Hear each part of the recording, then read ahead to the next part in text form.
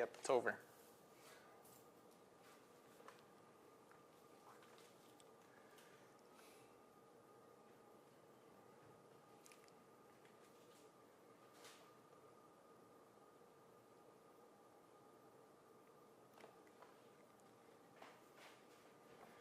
Hello everybody, Tom Matuska here for Thursday Live, Matuska Taxidermy Supply Company, along with Brett Wingfield. And we are working on white-tailed deer again. If you joined us in the past few sessions, we showed you how to take a wall mount, like a full shoulder wall mount, and how to turn that into either a pedestal or a wall pedestal. Yep.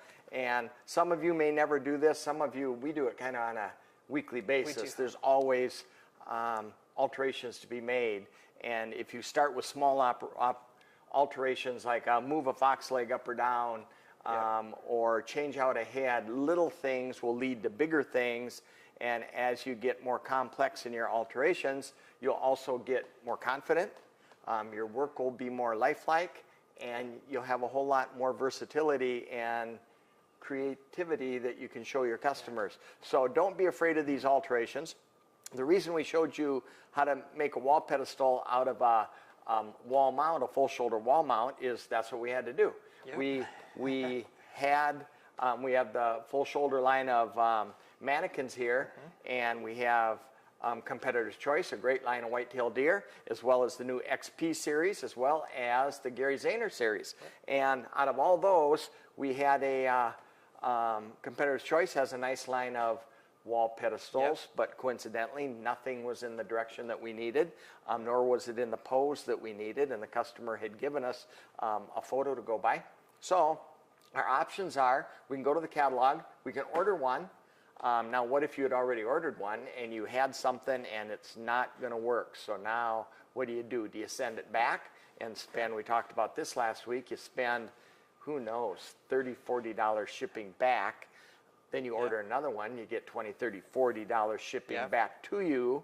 Hopefully your second attempt is better than your first attempt. But anyway, what we were trying to show you is don't be afraid of these things. Just, it's a job you have to do. Kind of like drive a car, you're going to have to change your tire from now on, from time to time. True. So anyway, we took a regular flat back, full shoulder wall mount. We cut off the back, and you can tune back on, I don't know, we drug it out for about 4 times now, haven't we? I think we're on about episode 4. When we do this in the shop, we get considerably faster and more efficient at it, and it takes, an hour and a half-ish to do some of these projects that we can stretch out a little bit for you. We made that Manikin, we made this actually the second one we did, but we made it into a pedestal mount first because it's easier to add the length that you need here for shoulders if you do it symmetrically on the right side and the left side. It's easier. You can look down on it and see how it looks. You can look from the sides, and you can just be a little more symmetrical. You're going to waste a little bit of foam because you're going to cut it off. At that point, we like to determine where our wall's going to be, and we'll put a board or a straight edge or a flat piece of plywood back there and get the relationship of our antlers. We don't want to get them to crowd the wall too far, but we don't want them hanging way out also. So it's going to give you an idea of where your back plate's going to be. Then we cut it off with a Sawzall. Tell me if I missed something. And then we just traced a half moon according to the shape that we cut off out of 1/2-inch plywood, 3/4-inch plywood. And we fastened it right onto the back of the foam where we cut it off. And then at that point, I think it's a good idea to maybe put a hanger on it and hang it onto the wall and see what you got. Because at that point, it's very easy to put a shim in here or a shim in there and shim that back plate till you get the shoulders and neck in relationship to how you want it coming off the wall. And we also replaced this with one of the new XP heads, which look pretty darn nice, and we do that last because if you have to adjust that head a little to the right or a little bit to the left, it's really easy to do. On the note of putting a change-out head on, how do you go about making sure it's measured up right, fits right, and is on there right and fasten it? Did you watch last week? There was a customer asking on one-on-one, and I was just Yeah. I don't know. Now, we've done it a lot of different ways over the years. We used to always just cut them off and stick it on.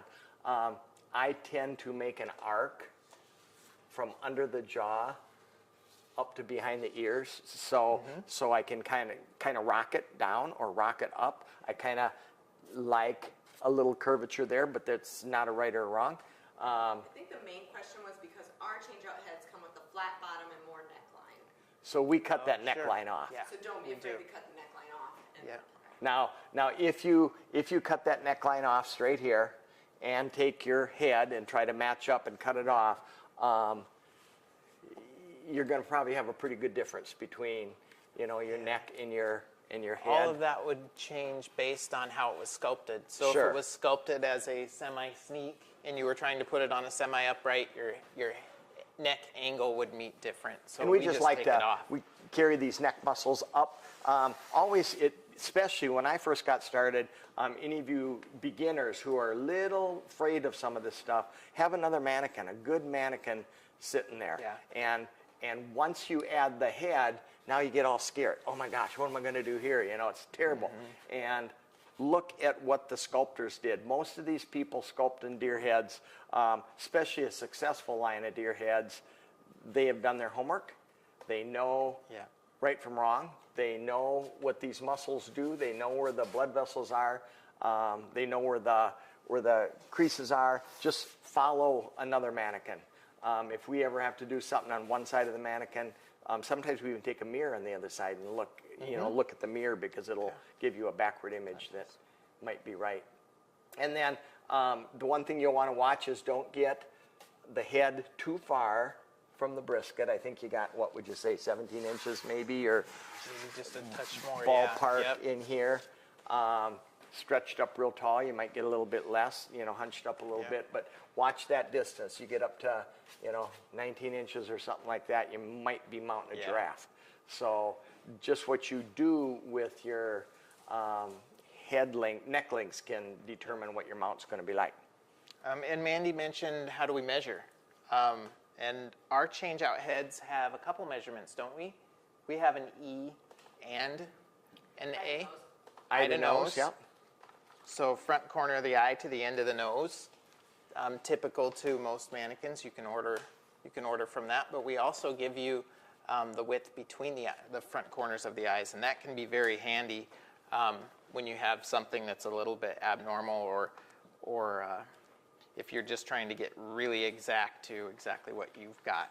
And a lot of people I talk to on the phone, and we talk about nose to eye measurements, a lot of them are not concerned with that at all. I don't know what the nose to eye was. It's, they're worried about the neck. Well, the neck is important because you got to cover up the foam, but this nose to eye we think is extremely important, because when you start stretching things on the face to get the eyes around, it's not going to work. If you start stretching that nose to the end of an 8-inch form that you accidentally got, it's going to pull your eyes away. It's going to pull your tear ducts away. It's going to, your lips won't tuck. So it's very important to, your facial measurements are pretty important also. So don't forget about those. And that width, like you were talking about, from the inside corners, even if you have a skull, that's an easy one to take. It is. If you have any skull plate on your mannequin, that's really critical for me in African stuff, because I don't do 50 impalas a year. A lot of people do, and they're going to tell you, it's 3 7/8 inches, from tear duct to tear duct. I can't tell you that, but I can take the skull, because when you get skulls back from Africa, they almost always have the skulls with them, the horns, and you can take calipers and put it tight to the bone. If you'll notice, you do not have a whole big fat patch of meat in your front corners. It's bone to bone, as with these animals. So you can measure that, and you can transfer that up into the front corners of your eyes, and that'll help you with every animal that you're not familiar with also. And we find wide-faced deer, we find narrow-faced deer. We have volumes of measurements. We have a lot of measurements. Okay, the first thing, once this is ready, we also showed you how to do the back, and we did it with Bondo. You can do it some people say, "Guy, you waste a lot of Bondo and things like that." We like it because it holds our contact cement real well. But you can take sand this, and you could put a sealer on it, sand it again, and a sealer, and you can get a slick enough surface to hold your contact cement if that's how you're going to glue your backing on. Or you can scoop out, like we talked about. You can have little seams back there. Yeah. People get really creative with the backs of their deer. For commercial work, typically we do something simple.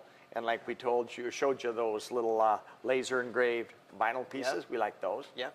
We just had a customer in the other day that we'd done one for, and he was oohing and ahhing over his pedestal deer. And I said, "Oh, take a look at the back." And he got really excited. Oh, nice. Really excited. So anyway, this is all ready to mount. We'll probably smooth out some of these things a little bit. You can do that with clay, or you can do it by sanding. And the nose, we used a replacement nose. It's if you want to try one of those. We showed you those last week, I think, how to cut that nose off. Yep, the little template, where to cut it. Yep, and that makes it very, very easy so you don't miscut. Yep. And the only thing with noses, and with that template it won't happen, but I know when noses first came out, we did a lot of bear rugs. And putting the nose on a bear rug didn't seem like a problem, but if you tip it up or tip it down, you change the species of the animal completely. Yeah, so with your template, it's no problem to cut that straight in and cut that down because that's where you marked it. But when you're winging it, you can get them off to the right and off to the left, and he's sniffing over here, you know, or something like that. We don't want that. And we cut the lip slot in here, and all of you will have different methods of doing things. We've used tiny drill bits, and I think when you get real small with these drill bits, do they go by numbers? This is a little guy. SM for small? I like that. Anyway, a little tiny drill bit. When you cut that lip slot, make sure, we do it on a Dremel, make sure that you cut it at an angle like this. If you cut it straight up, it's going to weaken this foam right here. Yep. If you cut it straight in, and if you didn't flesh your lips really good, it's going to separate your top and bottom jaw and leave a wide lip line. I don't know, I always say 45 degrees, just drive that bit 45 degrees around here. Another tool is the lip slot cutter. We've used these for years, and it's nothing more than a drill bit that's been milled thinner in the center. It's got a little bigger ball at the top, and the idea is it leaves a cavity up in there for your excess skin to gather. Yeah. I don't know if it ever so reaches it kind of goes in like this, and then it can't locks separate and can't come your out. top from your bottom. Yeah. There's lots of tools. Just be careful that whatever you select, you don't make it too wide of a lip slot, because then you have to figure out how to hide your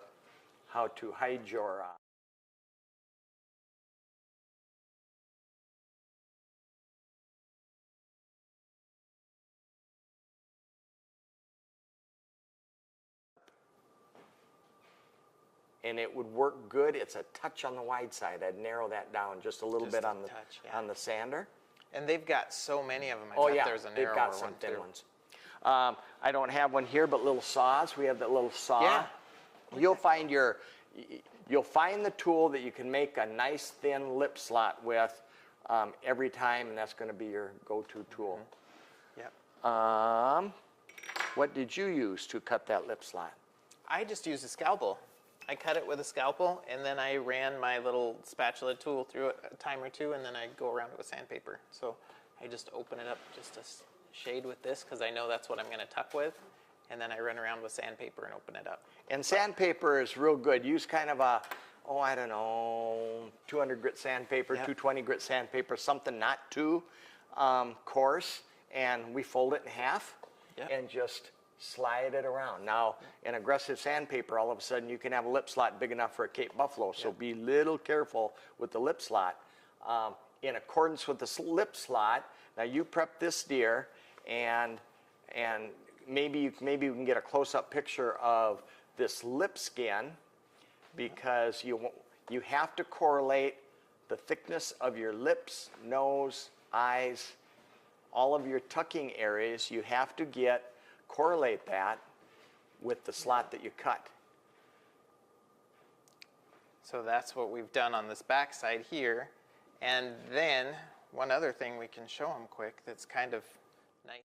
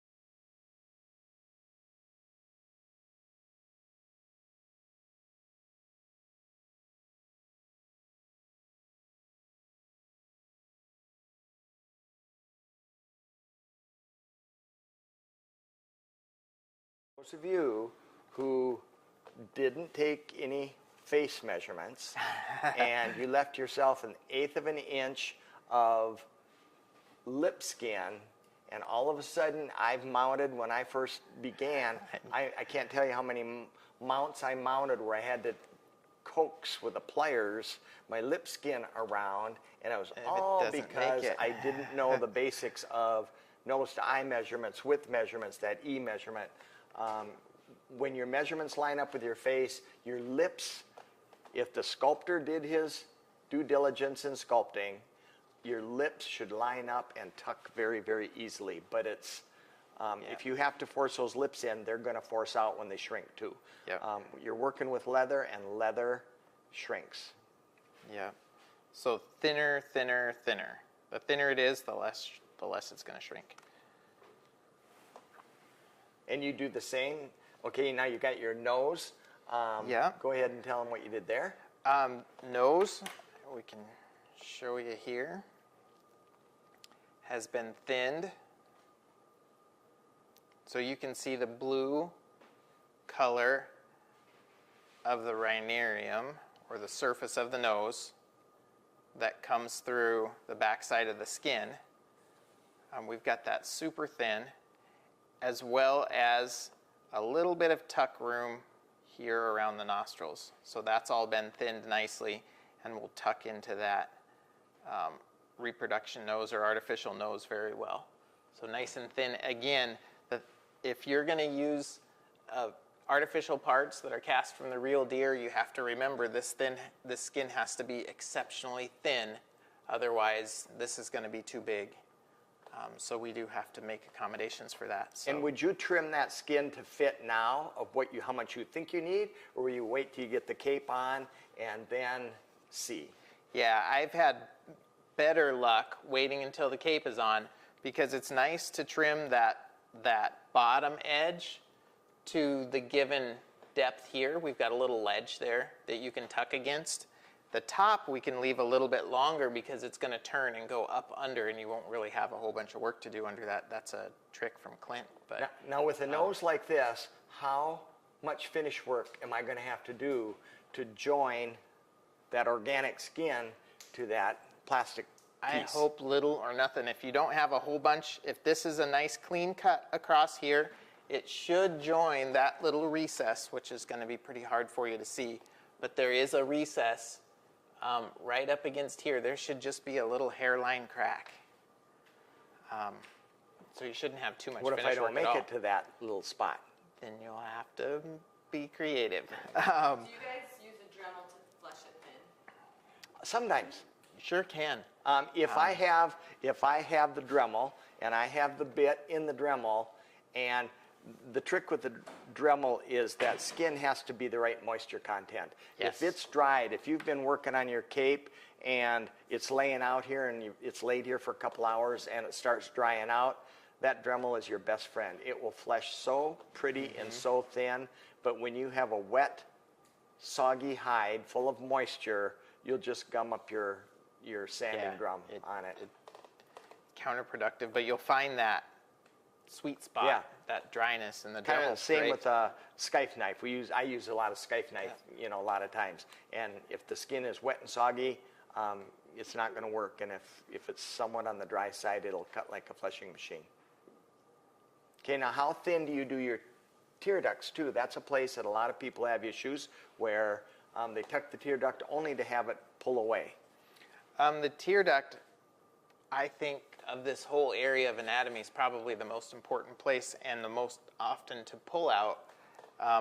We've not only thinned the tear duct skin here, but we've thinned probably, what would you say, a golf ball or more distance around the tear duct, and another inch all the way around the eye, exceptionally thin, so that it doesn't do that. So if you had a really thin tear duct, a real thin skin here, but real thick right behind it, the strength of this thickness behind the tear duct is going to pull that out no matter It's like what a whole you bunch use of little guys grabbing onto that leather and pulling. I always tell people that, yes, you see the evidence of the shrink in here and around, away from the glass and around the lip line, but that's not where it occurred. It occurred way out here with all them little guys during the night pulling and tugging and pulling that skin.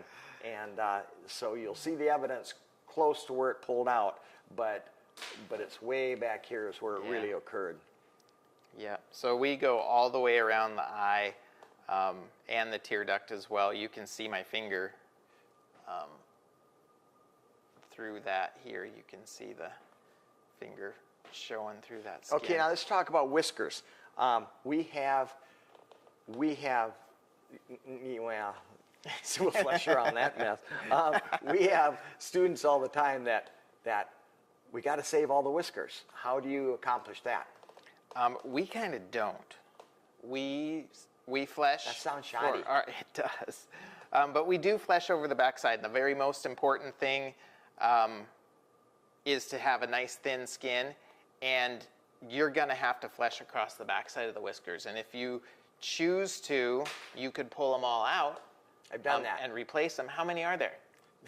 More than you think, and they're smaller than a bobcat or a fox. They're little bitty guys. I don't know if we've got a camera that can show I that. have notebooks full of deer whiskers. Yes, full. But now you flesh that extremely thin, and I Yeah. think these guys are still all in there, and they're going to remain in there. So there's probably 40-50% of them from the backside that are going to stay. And you can see we've gotten very thin across the back. We've exposed the backside of all the whiskers here. So that's nice and thin. And we've, yes, lost some. Yeah. But we do still have So don't get too hung plenty of up them, on yeah. You're going to lose some, but for commercial they'll purposes, be perfect. thinner is probably more desirable than a few extra whiskers. So, yeah. See, we've got a scar here. We could probably still fix And this is yet. probably the, now, was this a commercially tan hide? Actually, no. We tan. This was, Okay. was tan for class. And, we'll spend probably most of our time on the whole process prepping that cape before we mount it, I Yep. would say. That's where the laborious part of taxidermy is. In order to, you get that thin enough, you're going to have to do way less finish work here. The better job you do, the less finish work in the end. Yeah. So if you cut the whisker root, the whisker will fall out. Most of them. often, yeah. Yes. Yep. If you cut through the whisker, bottom of the whisker follicle. But you know what? If you don't, they'll stay in. So if you're doing a competition and you cut the whisker root and you want to put it back, how do you put it back? You save them. when they all fall out, because they will. With tape? Mm-hmm. You save them. Yep. You could take them just like this, pull them out all individually, have a piece of tape on your table, take them out with the tweezers and set them all down. You would save them that way, and then maybe even make yourself a diagram of where they went. These were over the brow, these were below the brow. There's so many. Is that your go-to for kitties? Yeah. Yeah, we do that definitely. on all, I don't know. A lot of people Yeah. try to flush between them, especially bobcats, because they got big, heavy whiskers and they've got rows, and you can flush between them. A lot of people cut checkerboards and flush as good as they can. I find that all that tissue that you had to leave on because you couldn't get them clean enough does the twisty thing at nights, and your whiskers don't lay nice. But if on a big whisker, not a deer, but on a big whisker, you can make a little hole at the angle that you want and the position that you want.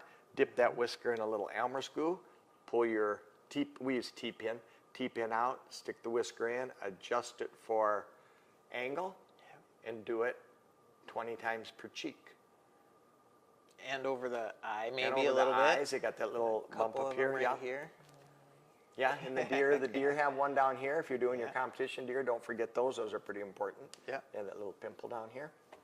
But All right, so we have a few people tuning in from on YouTube. We've got Oh, Glenn nice. Biddle who says hi, and then it Done. looks like maybe we've got a couple brothers that are tuning in, Dylan and Caden Esposito. They're each on nice. their own account, and one says that they follow us on Instagram, and the other is wondering if you could do an elk or moose sometime. we have a moose right there.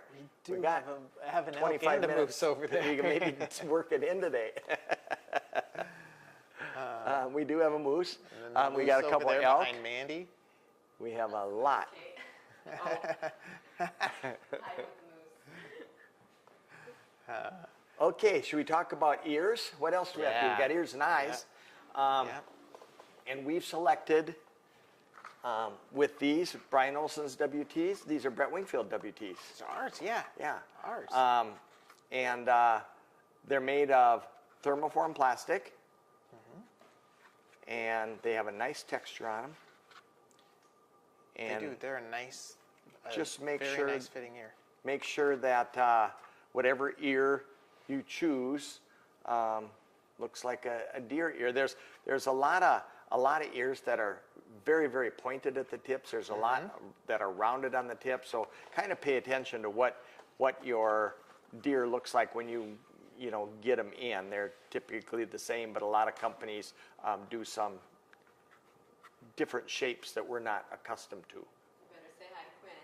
Oh, hi, Queenie. And okay, talk to them about splitting ears, because that is another problem area for some people. It is, and so the success of your ear taxidermy is going to start with making sure that you're able to split the ear all the way to the very edge. That seems to be where a lot of people shy back. They start to see a little bit of a hole, and then they'll stop splitting the ear.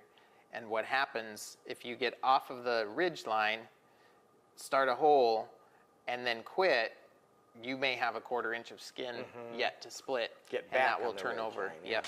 So make sure you're able to get on the ridge line. And what we're talking about is simply from this side, making sure that we're splitting down right on this edge. And fortunately for us, the deer have a nice transitional edge, a color change in the hair, so you can kind of feel it. And you'll feel as you go Feel all like the way a down. cord in there. Yes. Yep. Yep. So I we mean, there's have a to lot make of sure different that's ways split. to do ears, and we have people all the time bring up the Bondo ear method. Yep. They like to call it bonded because they don't want to call it Bondo. The bonded ear method, where you will mix auto body putty and maybe a little bit of resin and some chopped mat, stick it up in your ear, and I always say it's like putting in a liquid ear liner, shaping Yep. your ear. You'd leave your cartilage in, shaping your ear, and posing it, and then letting the ear liner harden in your ear in order to get a good looking ear. Yep. And when you get your ear skin split properly, you should be able to lay it out just like so, and it should take on a shape that pretty much matches your ear liner up here. So it should be nice and pointed, just like your ear liner.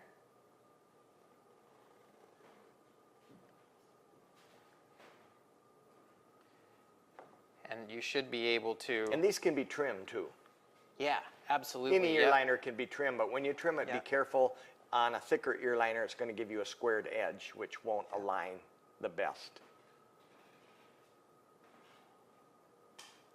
Yep, so we just want to make sure that we have the same, about the same shape going up into here, and you can see from this one we really do. This is going to make a real nice ear. Okay, now you have another trick.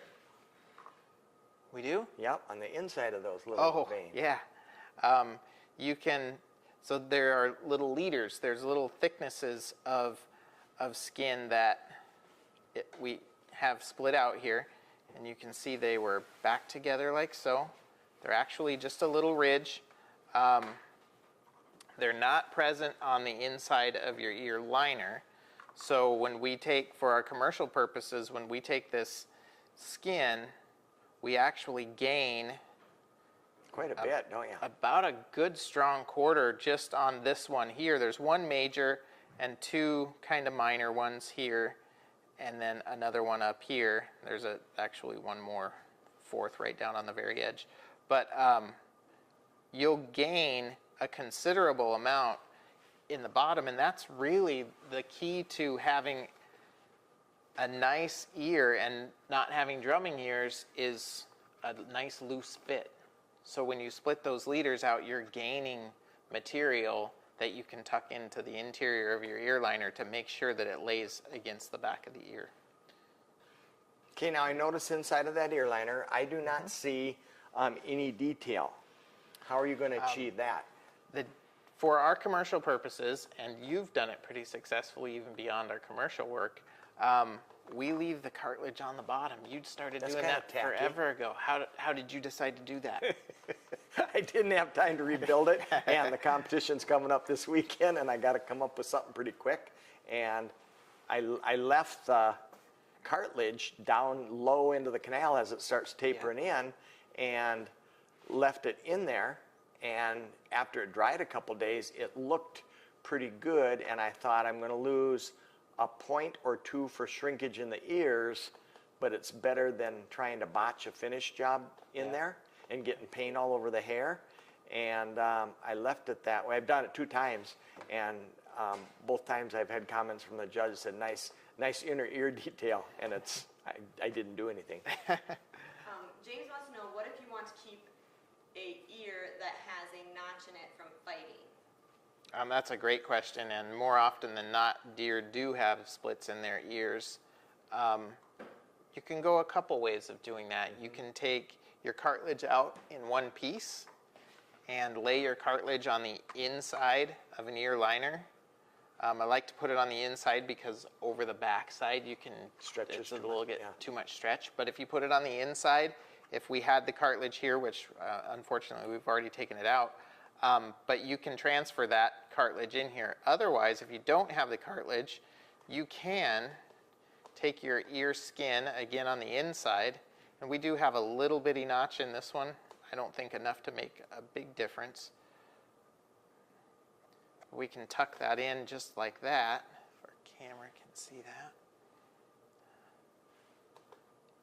And then right here, we've got a little point that we could actually take that out, right about there. So if I wanted to, I could notch that out just a little bit, and I've made sure that That's the like back in a trailer, end of isn't the it? ear. It is. It is. But I've got the end of the ear to the end of the ear liner. I've got the inner part of the ear in there, so you could do it that way as well.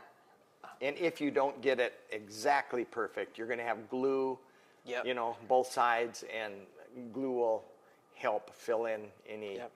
voids that you might have. And what's nice about our fabric ear liners are they're very easy to trim the way See, a lot of the plastic ones are so thick, and cartilage can be very thick. But when you trim a cartilage ear, or I mean a plastic ear liner, you're going to get a big squared edge that the skin won't lay over. If you cut a notch, it's going to be real squared. So we always take a Dremel and kind of get those edges, you know, really nice and tapered. So that'll balance on here. Another thing you mentioned that came to mind. These do not have those veins that you split on the inside. There are liners out there that do, and if they do have them and you don't split that, it's like having a board on a fulcrum. Yes. It won't balance on there, and you're going to get drum spots on each side of it. So by splitting that and putting it on a flat surface and a nice layer of glue in here, you're more apt not to have a drummed ear. Yep. Yeah, that works. This ear method, gosh, we've done ears. How many different ways have we done ears? A lot of different glues and glues and roughing ears and drilling holes in ears and dipping them in sawdust and all kinds of stuff. By doing these things, I think it's simple, it's easy, and you get a real predictable, very nice, nice ear liner. Primarily starting with making sure it's split all the way to the very edge, split those leaders out, and then you can proceed with a good quality ear liner that matches your size. I had a lady call the other day, and well. she said she was getting back into taxidermy after not being in it for a while, and she said, which is the best way? Should I do the Bondo method or should I do the ear liner method? And my answer is always the same: do what gives you the most lifelike deer, deer ear. Not the one that's the fastest, not the one that's the cheapest, but the one that'll give you the best looking and best feeling ear. I love to have people come in and they say, oh, I'm just shopping around looking for somebody to do my deer. And I say, well, if you're shopping around, let me show you what to shop for. And I'll show them the eyes, I'll show them the tear duct, I'll show them the nasal detail, show them down in the ears, and I'll say, go ahead and feel those ears. There's no drumming, make sure you point to the right one when you have them do Just it. in case. But feel of them, and they should feel really nice and smooth. If it's a Bondo ear done poorly, a lot of times it's going to be bump, bump, bump, lump, hump, dip, and they're going to feel that. And so then I say, now go out and shop. And then if you think we're the ones for the job, come back. And first thing they're going to do is walk into your competition's showroom, and they're going to stick their fingers in the ear, and they're going to get kicked out. It works every time. And that's I think the ears are something that really sets a mount apart. As important as the eyes, aren't It they? is. It really is. And you can really discern good taxidermy from average taxidermy by looking at the attention to the ears. We get a lot of photos by, customers that send photos in, and the girls bring them for me to look at them, and you can tell on the ears. I mean, one glance at the ears, you'll know what the rest of the animal's going to look like. Yeah. So should we show them? How to set that? Sure. Give it a good, quick test fit first. I am going to work that notch in just since Mandy mentioned that. So now we want to make sure that this ear is going to fit, and that's probably the next and most important thing. Now that you've got the skin split completely, we'll turn it right side out. Make sure the right ear liner goes into the We just had a right call side. like that the other day. Somebody called and needed a new pair of some kind of ears because they put them in backwards. Yep, it happens. I did it. Happens. I did it on like my first or second deer. I always have to hold them up like I'm the Yeah, yep. So I'm just going to slide this in. They should go in relatively easily. There is enough room in these 200 WTs to accommodate the cartilage that's on the bottom. That was done intentionally. So you've got plenty of room on the inside. And then we're just going to arrange the skin around the edge, pulling it back, making sure that we can bring this to a nice looking ear.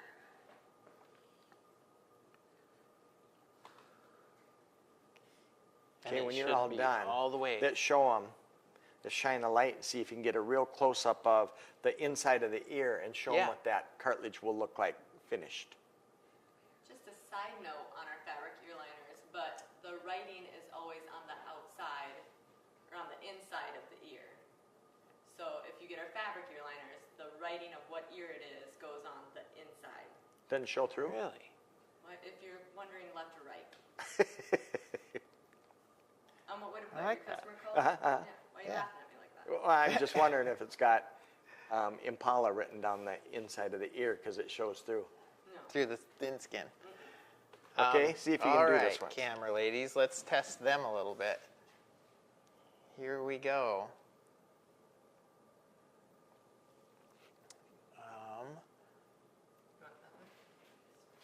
Okay, we'll get. It might be in the way. Am I giving away secrets if we tell them we're experimenting or trying some new camera equipment today? Too bright? It's pretty bright. Oh, does that have a couple different settings? Well, it's no. hard. It does.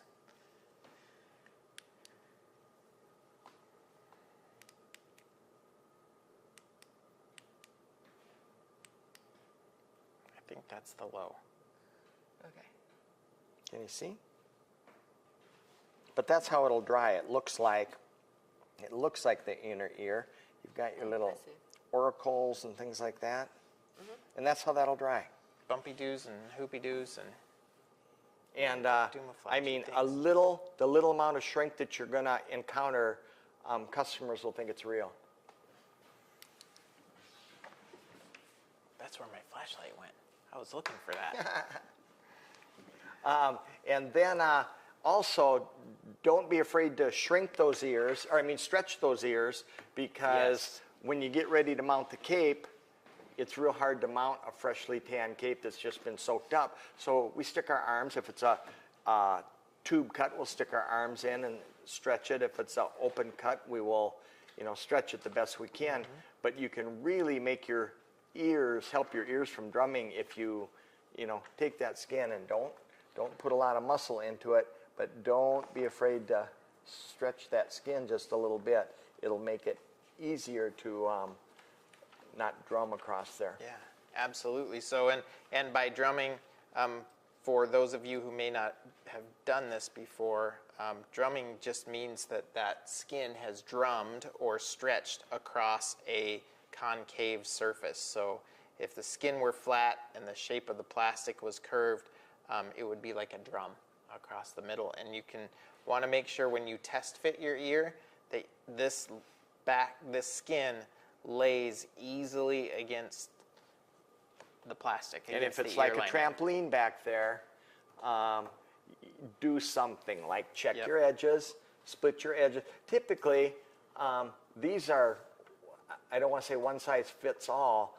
but these WTs fit Fit our deer very well. 97% of the deer that we mount, I think. Yep. Rarely do they not fit. Now, different localities, I think we've got a large, GZ large ear liners that are the Yeah. same fabric material, and we have a small, and Yeah. different localities of the country are going to have either, might have bigger deer overall, and they might have smaller deer overall.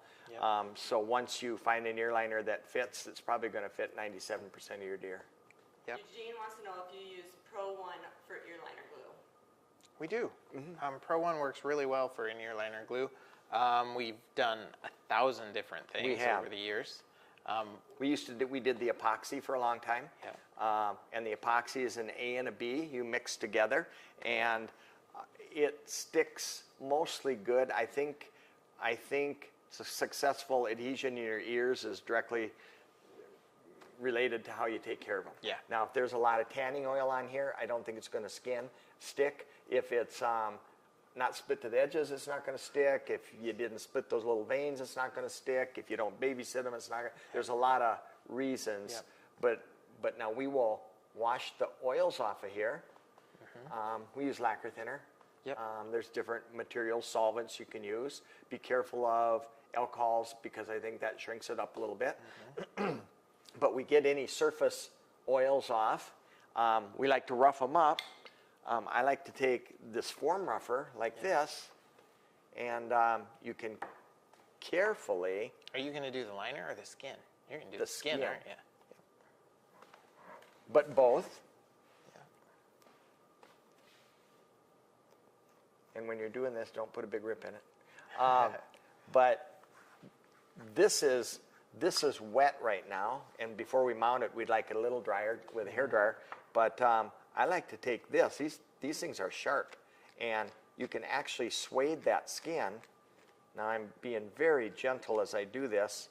Without cutting a hole through the skin. That's my goal, is not to cut a hole through the skin. I've done both. But I'm just skipping it across, and you see I get a really nice sueded finish. I got a lot of little fibers and little hairs that are sticking up, which I think stick to the glue. The glue grabs onto them. That's what I like to do. And then a lot of times these already have a nice texture on them, but yep, here's a small detail rougher. You can rough these up. Now, I'm doing it on the back. The back typically isn't where we're going to have drumming issues. Where you're going to have drumming issues is in this surface. And these are molded, so this inner surface is slicker. You'll want to rough this up a little bit and get some kind of texture on it. Now, as you're doing that, the one place don't forget, and you'll drum every time if you forget it, is right up under here. So sometimes I can't reach that with my rougher, so I'll just take the tip of my knife and I'll just drag it. You can do a Dremel, there's a lot of different ways, but I just want to give that skin something to bite onto, that glue something to bite onto. Now that's real rough. I see some little bumps in here and stuff, and that glue's going to stick on there. We have a couple questions. Lori Bill wants to know, I like that flashlight. Do you sell it? We do. So show Yeah. that flashlight one more time. That's an awesome flashlight. That's the MicroStream Pen Light, and we sell it in a medium light and a high-powered light. So we do. It is in, And this is a chargeable one. Yep. yes, Yep. on USB. So on page 173, or just look up MicroStream Pen Light on the website. And then Bill Yax is asking about our mounting stands. Those are Bob Fothery mounting stands. You can order them, call in, or order them online. We have a lot of them. And Yeah. I think you guys have about 10 in here. We have a lot We of have them. them all They're numbered very nowadays. nice. What are your benefits of using a Bob Fothery? Well, if you have 10 of them, you don't have to ever finish your work, because this can be mounted and it can stay on here for months and months, because we'll just grab another mounting stand. Benefits are, it's just got all kinds of adjustments. It's got big, long extension legs. I think you can extend those out to, man, I'm going to bet you 28 inches each side. So you're going to have like a 50-some inch platform. One of my favorite things is his first design was not stainless steel, and it rusted ever since then. So we've got 9 stainless steel ones and 1 not. But this is all stainless steel. It's got double tighteners for the up and down, and 1 is plenty, but 2 is really, really secure. Also, these are fine threaded, which if you ever build your own mounting stand and this T-handle, we have a lot of homemade ones. I've had them for years and years and years, and you use all kinds of tools and pipes to tighten them, and wrenches and things like that. The secret's in that fine thread. Yep. Didn't mean to give away your secret, Bob, but that's a good secret. And it's good. It's got different accessories you can get for wall pedestals. It's just really good. If you don't, we have a T-handle that on the up and down telescoping part. But if you don't want a T-handle, you want to be able to turn it all the time, you can. It comes with a little pin, a little clasp pin that goes through, and you can turn your deer, all the way around if you want. But if you want to, go to our YouTube, and we did a special on, I think we talked about it last week, where we had the 4-headed one for people who finish deer. You can be working on a deer here, slide it to the side, work on a nose on this one, slide it to the side, a little bit more production oriented. And we had a moose, 2 caribou, and an elk or something like that on there, all at one time on the 4-head. We had 4 Cape buffalo on it once, a year and a half or so ago. We did, yes we did. So it's pretty sturdy, it'll hold a lot. You were talking about glues for ears. Pro 1 is a great adhesion. Like I said, we did the epoxies. The epoxies are very kind of expensive. I bet you they're at, I don't know, what's the ear adhesive? I'm going to bet it's $60 or more a kit. And it doesn't stick any better than the worst one if you don't That's right. watch If you it. don't do all the prep. Latex caulk. Don't negate latex caulk. There's a lot of deer mounted with latex caulk, and it sticks very well. There are people who buy these ears from us, and they glue them in with Bondo. Yeah. I think Kind of a bonded ear with an ear liner. Yeah. And if they fit good, you're just using the Bondo for adhesion, but make sure you've only got with Bondo at the most 10 minutes to align it, make sure it's stuck. One of our favorites, and we can't get it, is the Dermagrip I really pink like it. ear liner, and we've had it for a few years. This is new this year. We just got a hold of them though, and they're sending Are they? much more. Yes. That's good. one. Get the Dermagrip pink colored ear adhesive. It's our go-to. I mean, it's as very good as Pro One. Pro One is a good sticker too, but the Dermagrip also sticks. We've had good luck with that. But the secret to gluing your ears in and having them stick, like I said, is first of all, make sure you treat your ear good. Make sure you thin this stuff real good down in here around your ear butt. But when you glue it in, keep this moist. Some of you old timers will know Leroy Martinez. Leroy Martinez was a genius when it came to ears. He had his own ear liners and really promoted no drumming in his ears. Yeah. And he would always say, if you have drumming issues on your ears, it's because the skin dried before the glue was allowed to adhere. So when you glue your ear up in there, make sure that your skin stays moist. Yeah. We give it a little spritz of water sometime. You'll stick a garbage bag on it overnight. I've seen our XP Extreme Precision sculptors and the Comparator's Choice sculptors. They'll mount a deer and get him partially done. Even though you think he's done, they'll put a little baggie, a shopping bag over the face to keep this moist. Yep. And if this stays moist and doesn't start drying until that glue really, really tacks up, you're going to have a nice ear. And if you have nice ears, and I get a picture from you mounted on one of our forms, the first thing I'm going to look at is the edges of those ears. And if the edges of the ears, whoa, that guy knows what he's doing, I'll go to the rest of the deer. But those ears will stop me right off the bat. Yep. Oh, that's pretty fun. And we also paint the inside of the ear. Have been doing that. Paint the inside and exterior of the ear once we do our clay work. And we think that works really well. It with the seems glue, to. right? Yeah.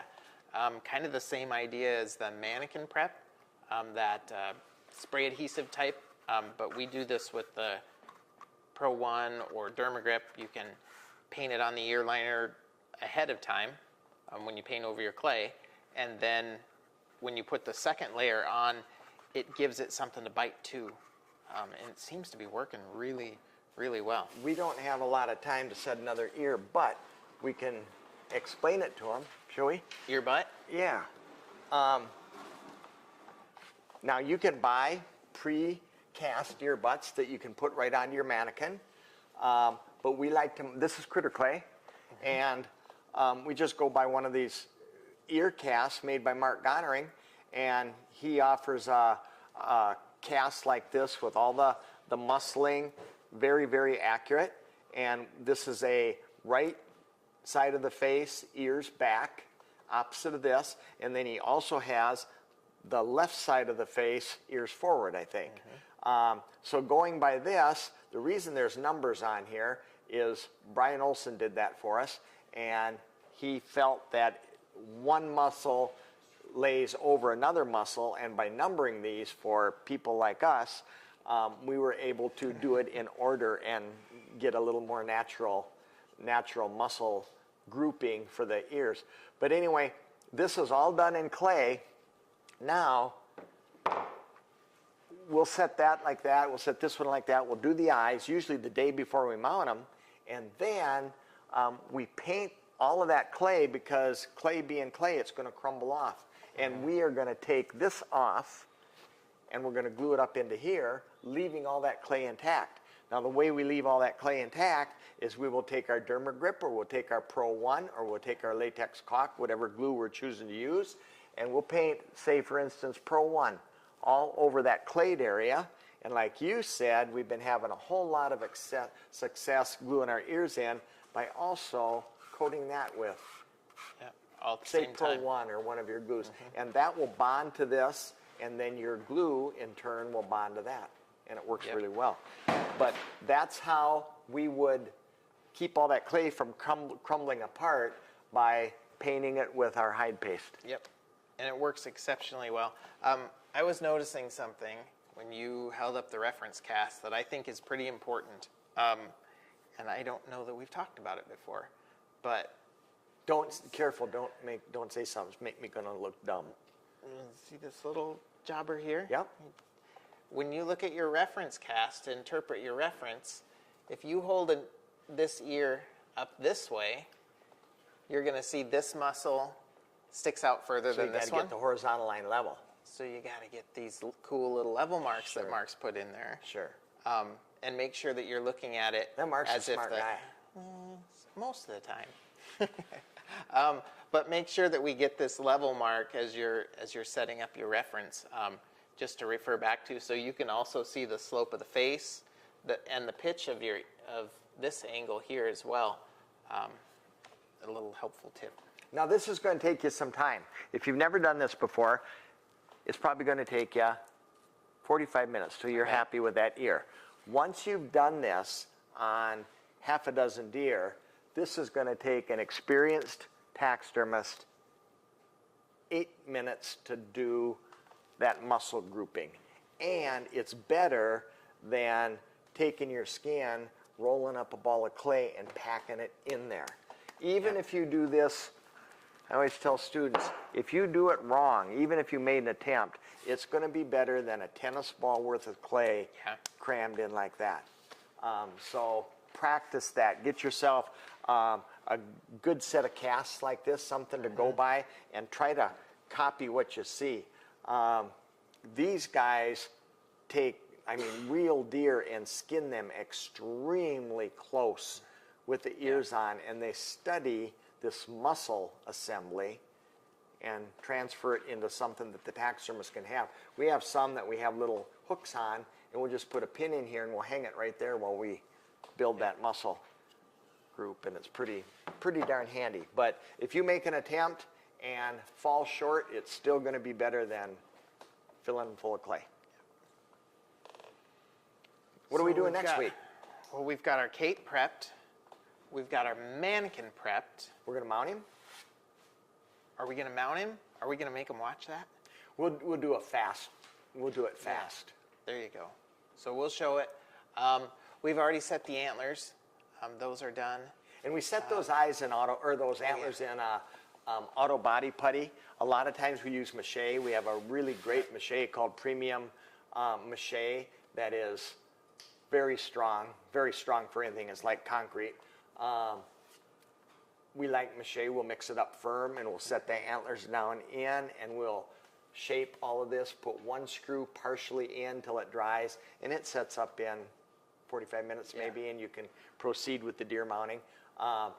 We usually use auto body putty on moose and elk, something with big antlers that might crack your mache. And we have 3 screws probably in there, 3 or 4 screws.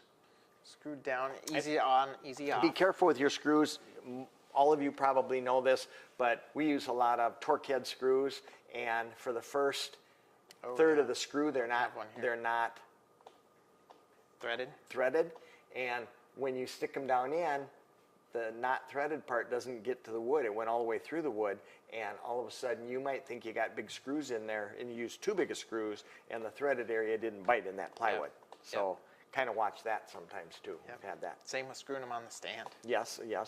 Brent Dennison says, received my new medium whitetail noses and template today. Very excited to put the system to use. Appreciate everyone at Matuska's, from the gals taking orders to the folks packing the boxes and everyone in between. You all are a big part of my success. Hi, Brent. Wow. Thanks, Brent. Try those noses, and they're compared to digging out the noses, putting in septums, coloring everything, all of that. There's nothing easier than this. Yep. And when you say, yeah, but all deer aren't the same. They're gonna. I mean, we're gonna have small, medium, large, extra Yep. large, but you get the right size for the right face, and it's gonna Yep. look good. Yep. Remember to like and share the video for your chance to win. Our winner from last week Oh yeah. is Tim White, and he is winning the no-tilt hangers. yeah. We're giving you one of these because we talked about wall pedestals, and when you start sculpting a wall pedestal where the weight is farther off of the, I guess, center of balance from where your plate is, it's really a problem. We use these no-tilt hangers. It's going to take 2 screws 4 inches apart on the wall, and it's got a little spacer in here. This goes onto your deer like that. 2 screws perfectly perpendicular. Stick it on, drop it down, and he can't Yep. tilt, can't swivel, won't fall off the wall. This is a great invention. No tilt hanger. congratulations, Tim White, And again for sharing the video. We got big ones, we got little ones. Yeah. We do. All sizes, spacers, no spicers. You're getting lots of bubble thumbs up. Thanks for tuning in. So tune in next week, Thursdays at 4. Every week the guys are live with you. Give us a call if you have any questions. 1-800-488-3256 or visit us online at www.matuskataxidermy.com. And just remember that a lot of the stuff that we talk about during our lives are on sale Thursday through Friday on our website, so you can take advantage of that. Thanks for watching. Very cool. Appreciate all of you.